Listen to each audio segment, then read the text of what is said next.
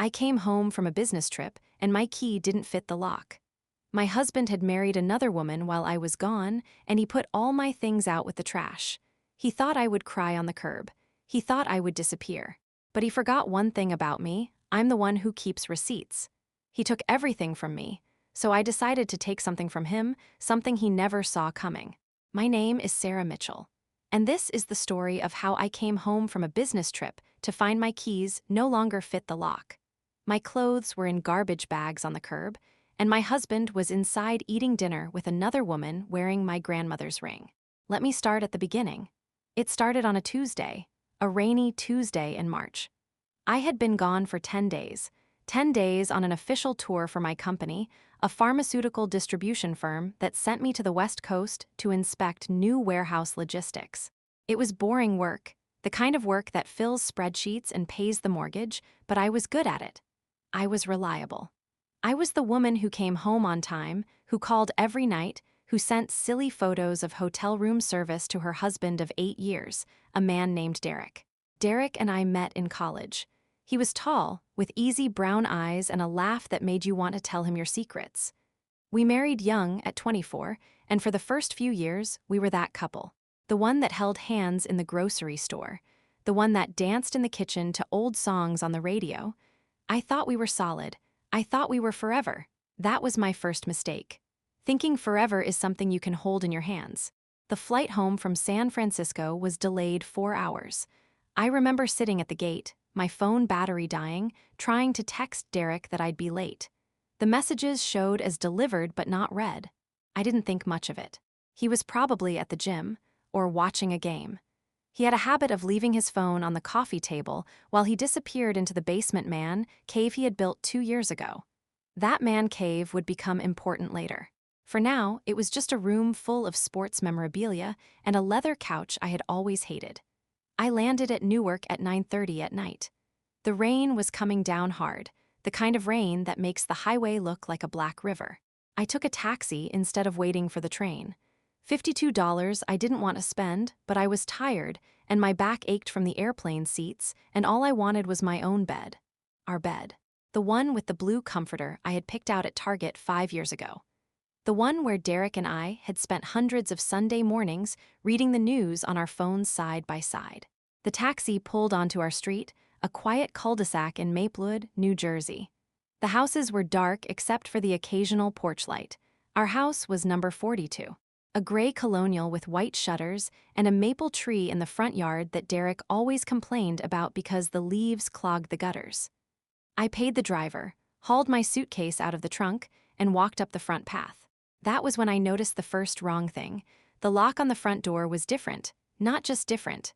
Brand new, a shiny brass deadbolt where there had been an old nickel one. I frowned. Derek had mentioned something about wanting to upgrade the security system, but he hadn't said he was doing it while I was gone. I dug in my purse for my keychain. The old key slid into the new lock, but it didn't turn. I tried again. Nothing. I tried the doorknob. Locked. I knocked. Just a polite little knock at first. Then harder. No answer. Through the window next to the door, I could see a light on in the kitchen, the warm yellow glow of the pendant lamp over the sink. I knocked again, louder this time. And then I heard something that stopped my heart. A woman laughing. Not from the television. Not from a phone. A real, live woman, inside my house, laughing the way you laugh when someone has just whispered something wonderful in your ear. I stepped back from the door. My first thought was not betrayal. My first thought was that Derek had hired a cleaning service as a surprise, or that his sister had come to visit, or that I was hearing things because I hadn't eaten since the pretzels on the plane.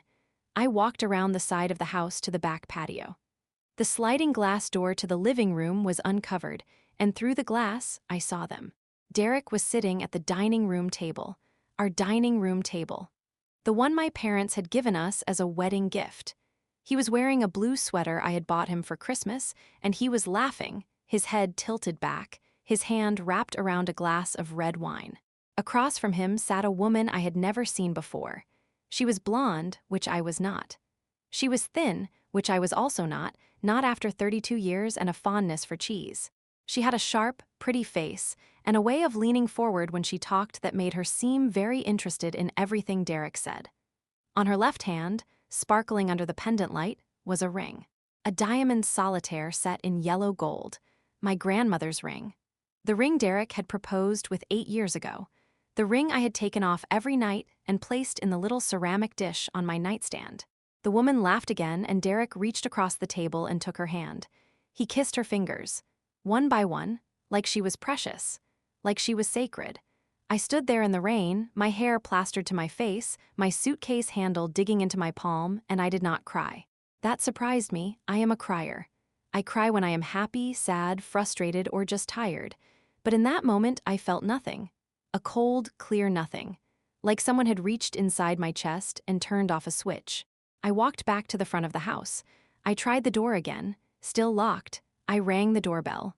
I heard it chime inside, a cheerful little melody that felt obscene given what I had just seen. Footsteps, Derek's footsteps. He had a heavy walk, the kind that shook the floorboards. The door opened a crack, just enough for his face to appear in the gap. He looked different, not older or younger, just different. His eyes had a hardness I had never seen before. He looked at me like I was a stranger, like I was a problem he had already solved. "Sarah," he said, his voice was flat, empty, like he was reading a weather report. "Derek," I said. My voice came out steady, which amazed me. "Why is the door locked? Who is that woman?" He didn't blink, he didn't hesitate. He said, "Sarah, I've filed for divorce. The papers are with Marcy, my attorney. You'll get them tomorrow. You can't come in, this isn't your home anymore." I opened my mouth, closed it, opened it again.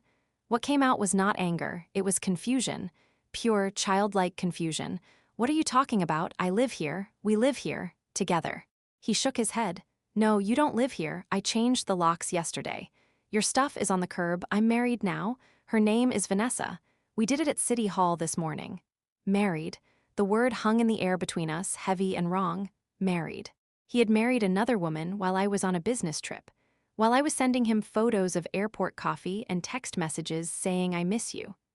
I looked past his shoulder and saw the blonde woman, Vanessa, standing in the hallway, her arms crossed, a small smile on her face. She was wearing a silk robe, my silk robe, the one I had bought in Paris 2 years ago, the one I had saved for special occasions. "You have my robe," I said. That was the only thing I could think to say. Vanessa laughed. The same laugh I had heard through the window. She said, "It looks better on me, honey." Derek started to close the door.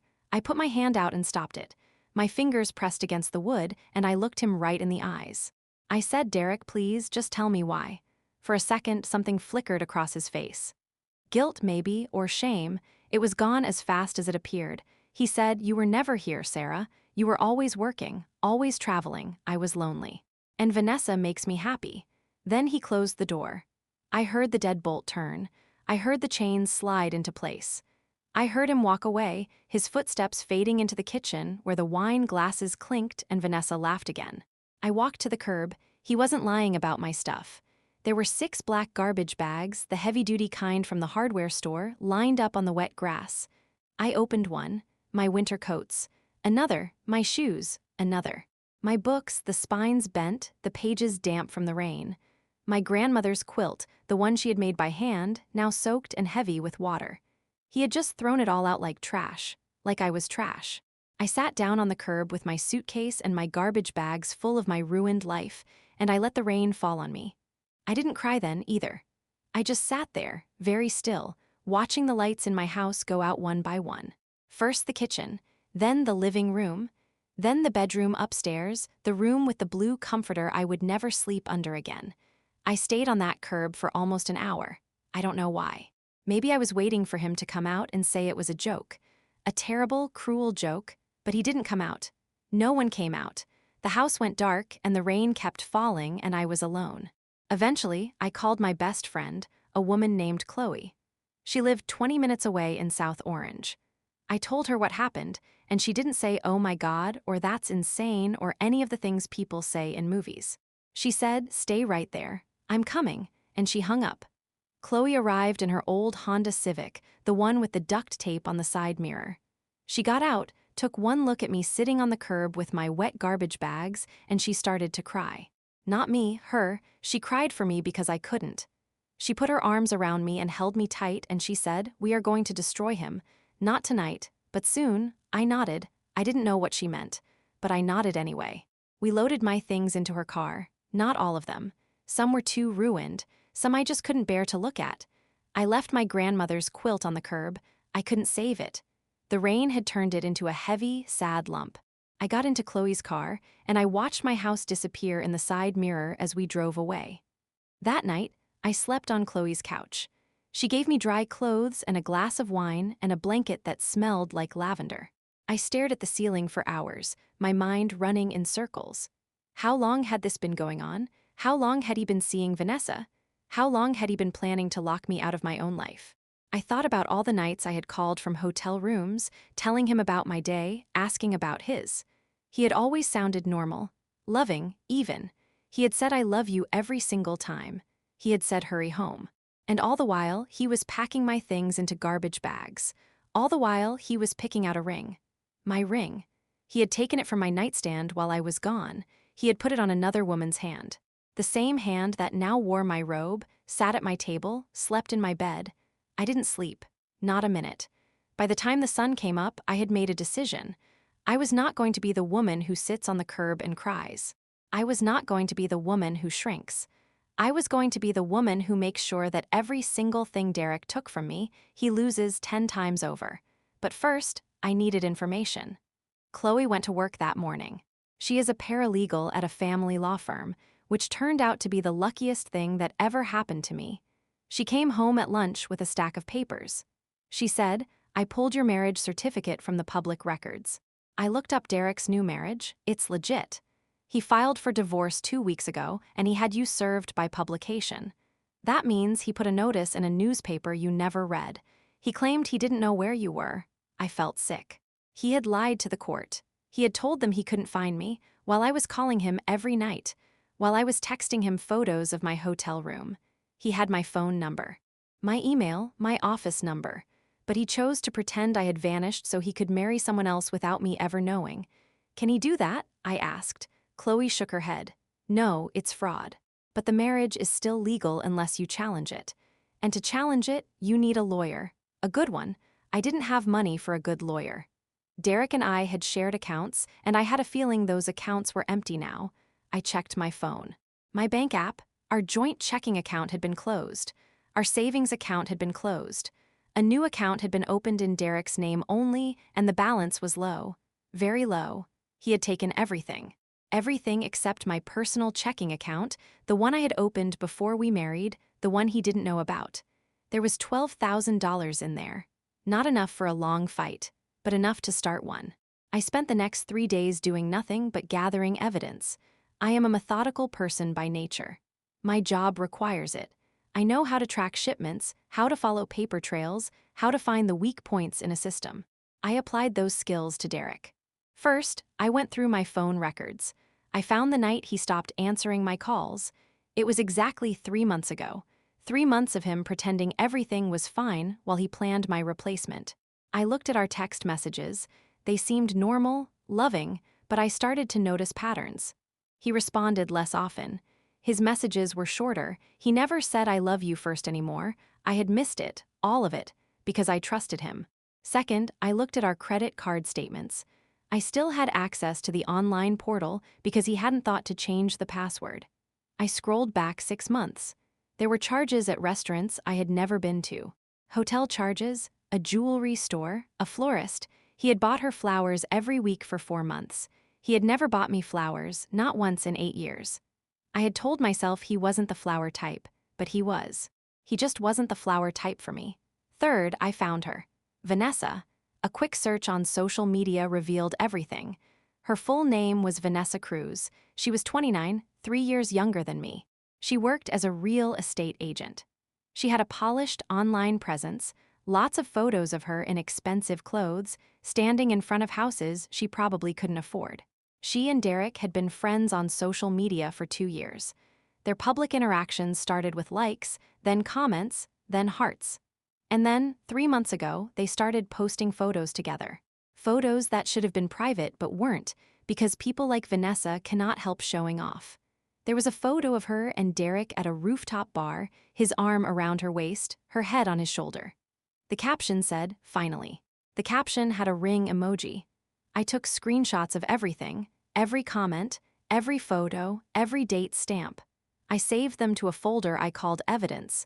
I didn't know what I was going to do with it yet, but I knew something. The law was on my side. What Derek had done was not just cruel, it was illegal. You cannot marry someone else while you are still married. That is bigamy, and bigamy is a crime, but I didn't want to just send him to jail. Jail would be too easy, too clean. He would get out eventually, and he would find another woman, and he would do the same thing all over again. No, I wanted something worse. I wanted him to lose everything he cared about, his money, his reputation, his new wife, and I wanted him to know with absolute certainty that it was me, Sarah Mitchell, the woman he left on the curb in the rain. I called a lawyer, not just any lawyer, a pit bull named Margaret Chen. Chloe knew her from the firm. Margaret was a tiny woman with gray hair and glasses so thick they made her eyes look huge, but she had a reputation for eating men like Derek for breakfast. I met her in her office, a cramped room filled with law books and the smell of old coffee. I told her everything. I showed her my screenshots. I showed her the bank records. I showed her the text messages. She listened without interrupting, nodding slowly, her pen tapping against her notepad.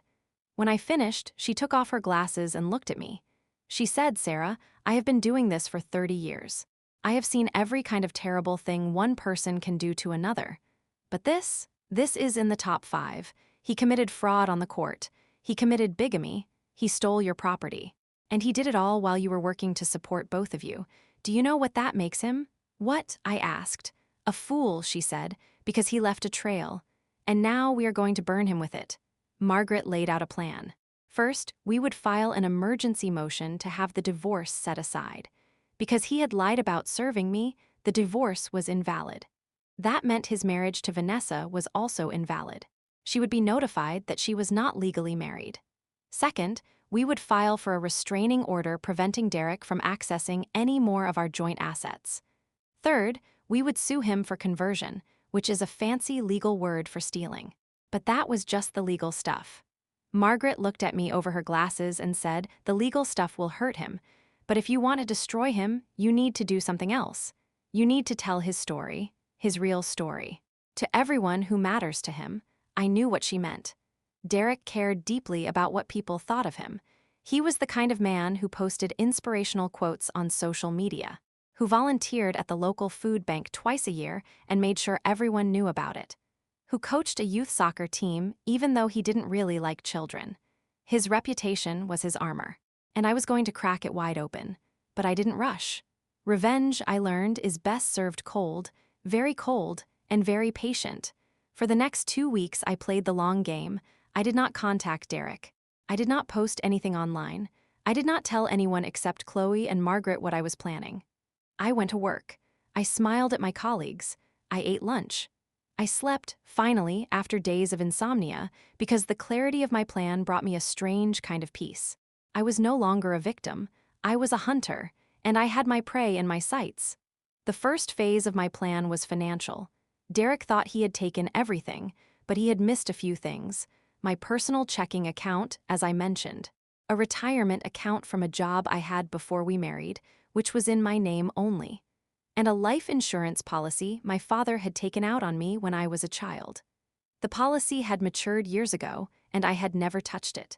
There was $40,000 in there, enough to fund my revenge. I withdrew $15,000 in cash. I put it in a safe deposit box at a bank Derek didn't know about. Then I hired a private investigator.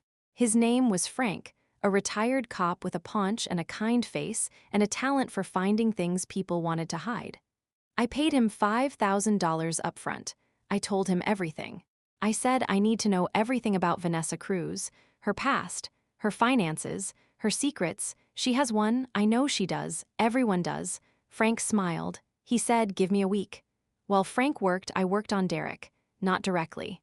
Indirectly, I started by calling his mother. Her name was Barbara, and she and I had always been close. She was a sweet woman, a retired nurse who lived in Florida. She had no idea what her son had done. When I told her, there was a long silence on the phone. Then she started to cry. She said, "Sarah, I am so sorry. I raised him better than this." I said, "I know you did, Barbara, but this isn't your fault. This is his. And she said, what can I do? And I said, nothing, just remember what I told you. Because when people start asking questions, I need you to tell the truth. Barbara agreed. She was the first domino. The next day, I called Derek's boss. Derek worked as a regional manager for a home improvement supply company. He had been there for 6 years. He was well-liked. His boss, a man named Greg, thought Derek was a family man. I called Greg from a blocked number. I said, this is Sarah Mitchell, Derek's wife, not his ex-wife, his wife, because he is still legally married to me. And I need you to know that he has committed bigamy, fraud, and theft. I have court documents to prove it. They will be filed on Monday. I thought you should know before the news becomes public. Greg was quiet for a long time. Then he said, thank you for telling me, and he hung up. I didn't know what Greg would do, but I knew that Derek's job required a clean record. Bigamy is a felony in New Jersey. Even if he wasn't convicted, the accusation alone would make him a liability. Companies don't like liabilities. That was phase 2. Phase 3 was Vanessa. Frank came back with the goods after 6 days. He handed me a thick folder. He said, Vanessa Cruz is not who she says she is. She has a criminal record. 2 years ago, she was arrested for identity theft. She stole an elderly client's credit card information while working as a receptionist at a dental office. The charges were dropped in exchange for her completing a diversion program, but the arrest record is public. She also has a history of debt. She is deeply in debt. Credit cards, personal loans, unpaid taxes. She owes over $80,000, and here's the interesting part. She met Derek at a real estate open house. She was the agent. She showed him a house he couldn't afford, but she didn't just show him the house. She sold him a dream of a new life, a dream that would require money, lots of money. I flipped through the pages. There were bank statements, credit reports, court records, and then I saw something that made my blood run cold. A hotel receipt. The W Hotel in Hoboken, dated 8 months ago, Derek's credit card, Vanessa's signature. They had been together for 8 months. 8 months of lying to my face. 8 months of coming home to me after being with her. 8 months of sleeping in my bed, eating my food, pretending to love me while he planned my destruction. I closed the folder. I looked at Frank. I said, do you have an address for Vanessa's ex-boyfriend? Frank raised an eyebrow. He said, you mean the one she cheated on to be with Derek? Yes. I have his name and number. His name is Marcus. I called Marcus that night. He was a truck driver, a big man with a deep voice and a slow way of speaking. I told him who I was. He said, oh, honey, I know who you are, Derek's wife, the one he threw out like trash. I heard what he did. Everyone in Vanessa's circle heard. She's been bragging about it. My stomach turned. Bragging? She had been bragging about stealing my husband. Marcus said, Vanessa is a predator. That's what she does. She finds men who are unhappy, and she feeds their unhappiness until they leave their wives. I was married when I met her. She did the same thing to me. I lost my family because of her. My wife took my kids and moved to Arizona. I haven't seen them in 2 years. I felt a pang of sympathy for Marcus, but I didn't have time for sympathy. I had work to do. I said, Marcus, would you be willing to talk to a reporter? He paused. Then he said, what reporter? I had already thought of that. There was a journalist named Linda Park who wrote for a local news website. She specialized in exposing frauds and cheats. I had read her articles for years. She was ruthless, but she was fair. I emailed her. I told her my story. I attached the evidence. I said, this is not just a personal story. This is a story about fraud, about bigamy, about a man who used the legal system to steal a woman's home and a woman's life. And I have proof. Linda replied within an hour. She said, can we meet tomorrow? We met at a coffee shop in Montclair. Linda was a small woman with sharp eyes and a notebook that she never put down. I told her everything. I showed her the screenshots, the bank records, the court documents, Frank's investigative report. She listened without interrupting, her pen moving quickly across the page. When I finished, she looked up at me. She said, this is going to be huge, but you need to understand something.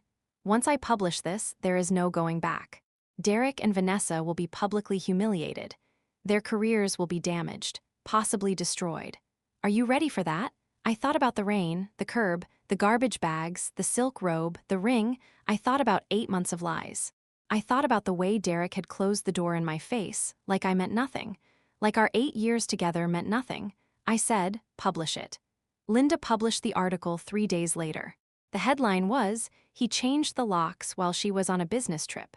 The subheadline was, "A New Jersey woman's fight for justice after her husband committed bigamy and left her on the curb." The article went viral. Not just in New Jersey, but across the country.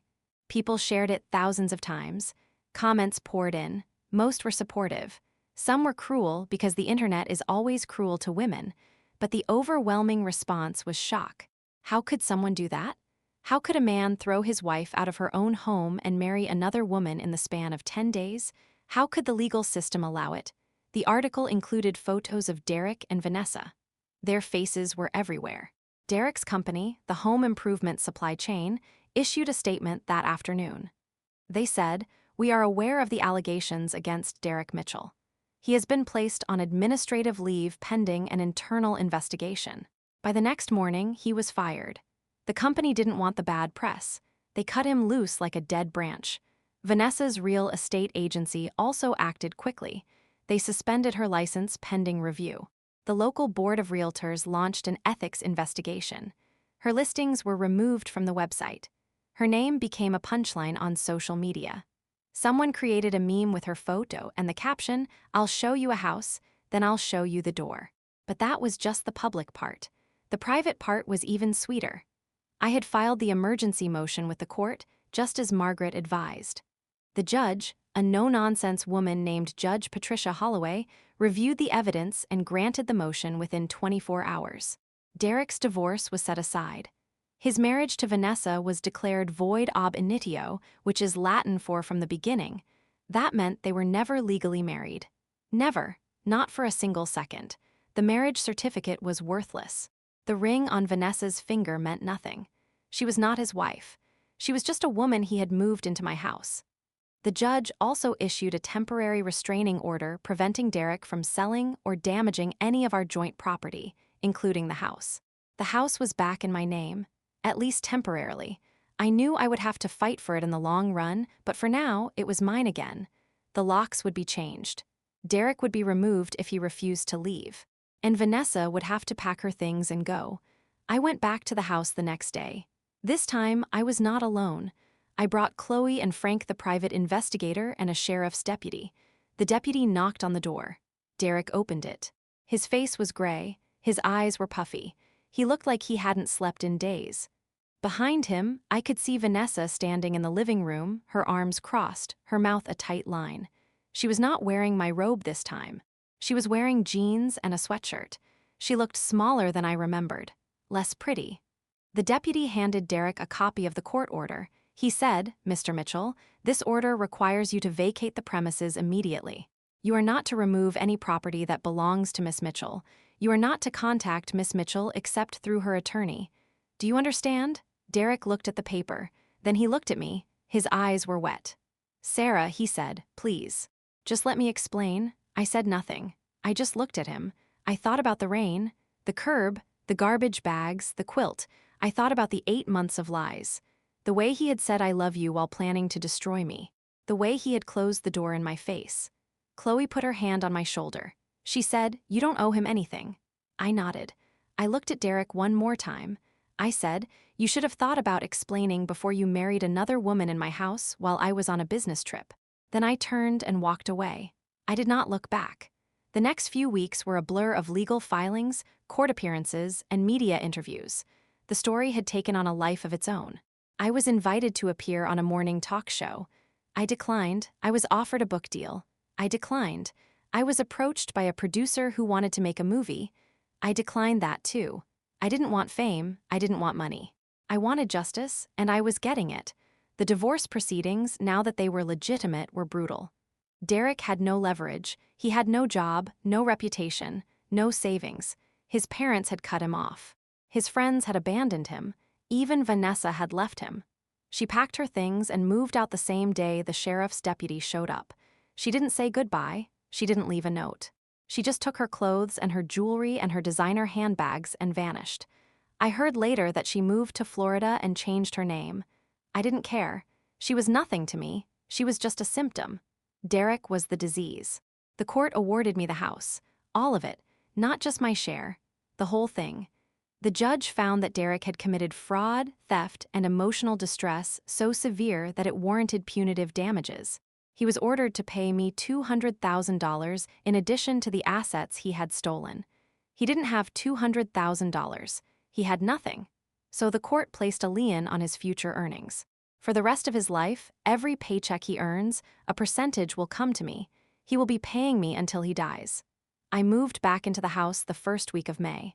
The maple tree in the front yard was blooming. The leaves were green and full. I had the locks changed again. I bought a new bed, a new comforter, a new robe. I scrubbed every surface. I painted the walls. I made the house mine again. Not ours. Mine, but the revenge did not end there. Because revenge, I learned, is not a single act. It is a transformation. The real revenge was not what I did to Derek. The real revenge was what I became.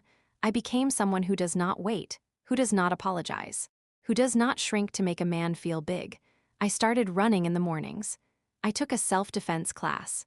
I cut my hair short, the way I had always wanted, but Derek had always told me he preferred it long. I stopped wearing makeup unless I felt like it. I stopped explaining myself. I stopped saying sorry for things that were not my fault, and I started writing. Not my story, not yet. I started writing a blog about financial fraud, about how to protect yourself, about the red flags I had missed, about the importance of keeping your own bank account, your own credit card, your own life, even when you are in love. The blog grew slowly at first, then quickly. Within 6 months, it had 100,000 readers. Within a year, I had a book deal, not a memoir, a guidebook, a practical, no-nonsense manual called Locked Out about how to survive and thrive after financial and emotional betrayal. The book became a bestseller. I went on a tour. I spoke to crowds of women and some men who had been through similar things, not exactly the same, but close. The partner who drained the bank account, the spouse who changed the locks, the ex who told lies to the court.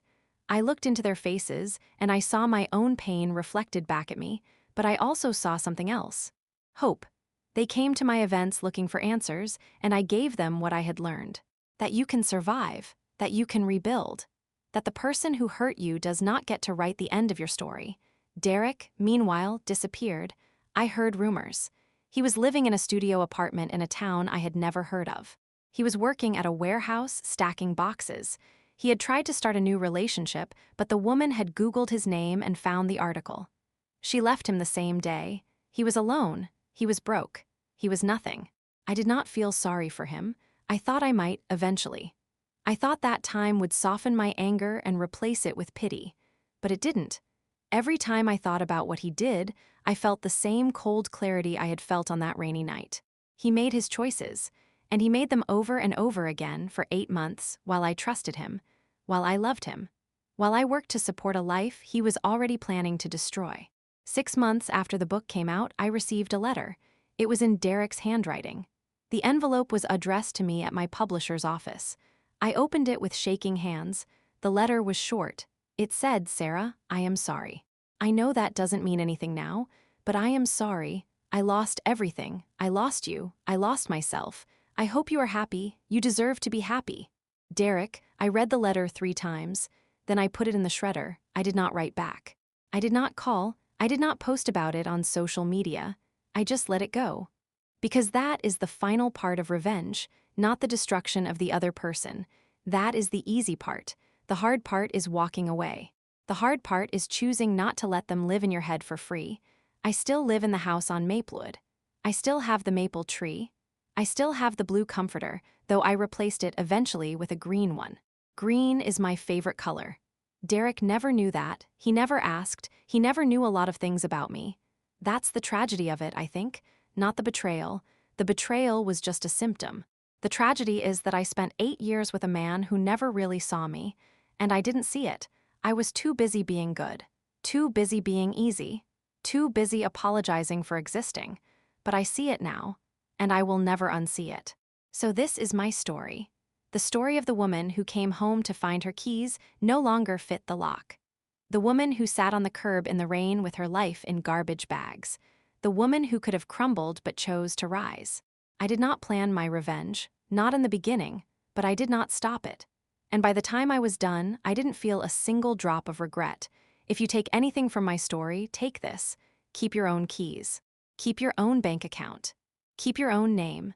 Love with your whole heart, but never forget that you are the only person who will always have your back. And if someone ever tries to lock you out of your own life, do not sit on the curb and cry. Stand up, walk away, and then build a life so good, so full, so undeniably yours, that the person who left you on the curb will spend the rest of their life knowing exactly what they lost. That is the best revenge, not the fire. Not the fury, the happiness, the success, the peace. And if you are lucky, like I was, you will get the fire and the fury too. You will get to watch them fall, and you will not feel a thing. My name is Sarah Mitchell, and this is the story of how I won.